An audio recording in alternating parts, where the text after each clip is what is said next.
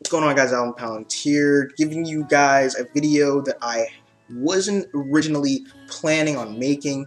When I made the Hate Justified Naruto Part 1, I really wasn't planning on going any more in depth into the whole Naruto hate justification thing.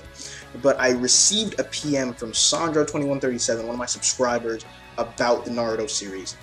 Basically, what Sandro wanted to know is he's a hardcore, Naruto fan. He's been a Naruto fan for a while, and he was basically saying that the quality of the series has hit pretty much rock bottom for him since Shippuden, concerning a few of the plot points, and basically how the story has been progressing.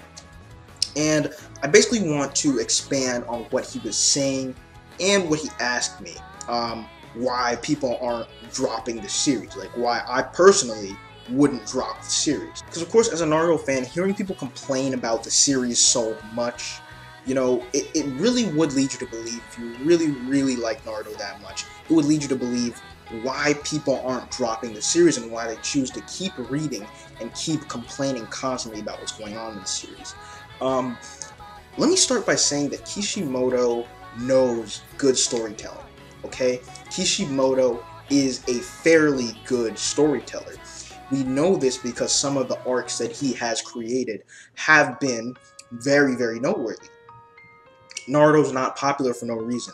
I refuse to say that it's popular because of fanboys. It's not.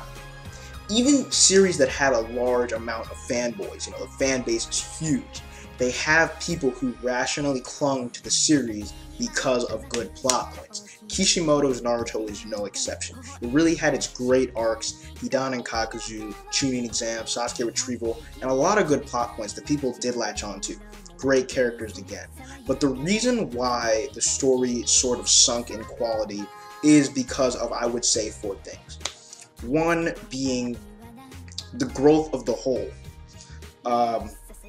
I'll get back to that later. The second being hard work to Chosen One, which is one of the themes concerning Naruto. The third, I would say, is the realistic nature of the characters, depth of the characters, so to speak. And the fourth would be relating to the war only, which would be sense of danger. Let's start with the growth of the community, what I touched on earlier. Basically, what I mean by that is we really didn't watch Naruto, at least I personally didn't watch Naruto for Naruto himself. Of course, part 1, he was very likable, and while a lot of people might complain that he was annoying, he was just a likable character. Alright, take it how you will. But I did not watch just for Naruto, I watched for everyone. All of the rookies in the Hidden Leaf Village, and from other villages. Sand Village, Gaara's Village. I watched for all of the rookies to see how they would grow and surpass the previous generation.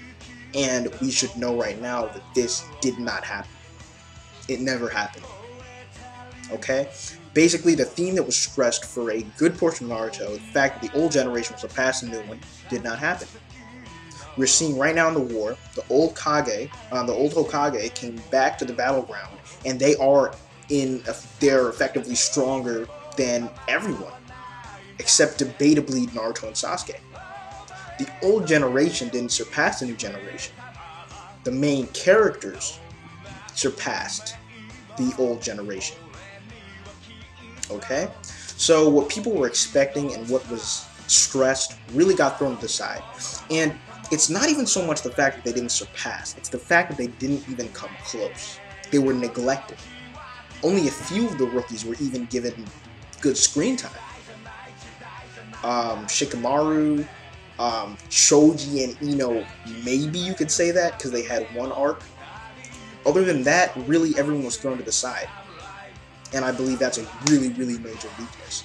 Now, the hard work to Chosen One, I'm going to touch on just really quickly. The fact that Naruto was shown in part 1 to be a useless kid who couldn't do anything right, who by luck and by chance, and by hard work alone, was able to overcome his weaknesses and aspire to an otherwise impossible goal. He worked hard to be Hokage. That's what he wanted. As soon as we cross into Shippuden, it's even more stressed that he has the Nine Tails inside of him. And that's really what turned the trigger to make him even dream of getting any better as a ninja. Without the Nine Tails chakra, Naruto would effectively be just as weak as everyone else in the Rookie 9. Except for possibly having Sage Mode, but that again comes from the fact that he was chosen by Jiraiya. No matter how you look at it, Naruto passed from hard worker to chosen one. And it's clear to see. Other thing I'm going to touch on really fast, because I really don't want to spend too much time on anything, is the realisticness of the villains in Naruto. Madara's whole backstory to me was terrible. It was terrible, okay? Not because of what happened. Because what happened in it was interesting. It was interesting enough to keep reading and want to know what happened. But what actually went down in his backstory, irrational. Totally irrational. Made little to no sense.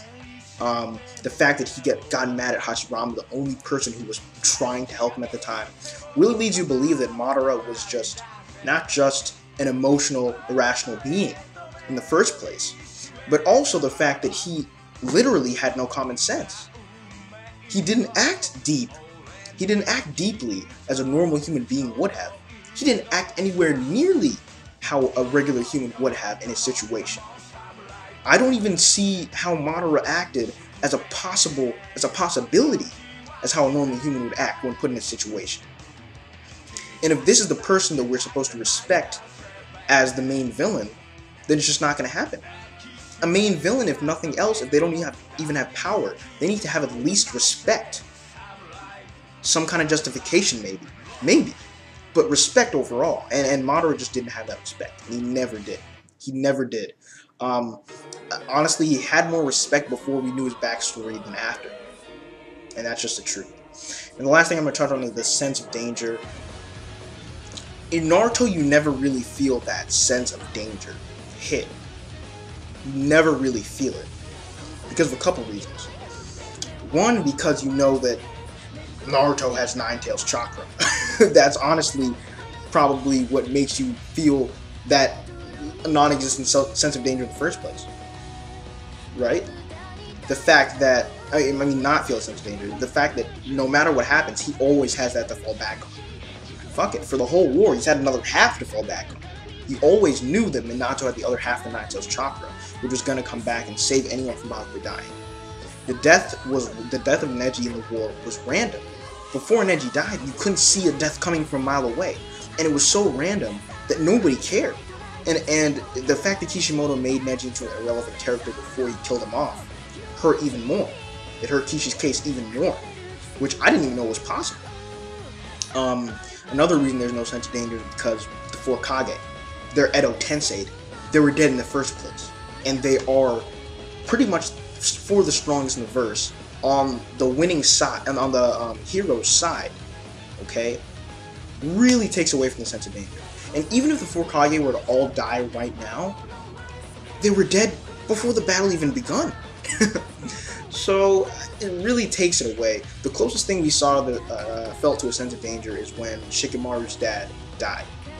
That's the closest we came to a possible sense of danger. And that is all gone at this point. Even now that Infinite Tsukuyomi is about to be activated, you know, due to common sense, that it's something going to stop it. And that's the main flaw of Naruto. The situations presented just aren't, they just don't hit home as far as danger is concerned. And before I end this video, I'm just going to say why I don't drop Naruto. Why I don't just drop it if I have so many complaints. Because that's actually a good question. The reason I don't drop it personally is because of one reason, and I'm going to sort of speak for everyone else when I say why they haven't dropped it. The reason I don't drop it is because when I start a series, I have to finish it. No matter how bad the series is, if I start it and I'm interested at one point, I have to finish it. I'm not someone who can drop a series that quick on the drop of a hat. I just can't do that. And the reason why everyone else won't drop it is because Naruto is really a series from your childhood. Very nostalgic. And the fact that the first half was so damn good really keeps people from dropping it. You're about to drop it and you just remember the good times, the good parts, and it really just keeps you engaged and keeps you interested. And I believe that's why a lot of people didn't just go, you know what, screw it, I'm dropping Naruto right off the bat. I think that's honestly why. Anyways, guys, Zalman Palantir, that was my Hate Justified Naruto Part 2. Hope you guys enjoyed it. Leave comments in the comment section below. Tell me what you guys think, personal opinions, yada yada. See you guys later.